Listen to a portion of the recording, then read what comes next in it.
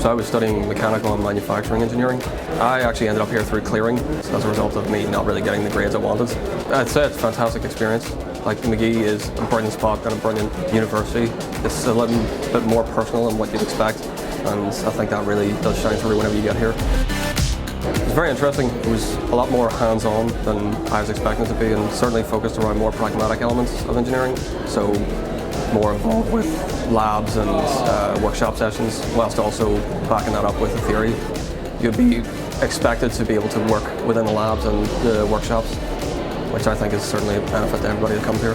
We've seen a lot of development in terms of their focuses being directed towards elements like additive manufacturing and manufacturing processes, something that you wouldn't normally see in typical engineering courses.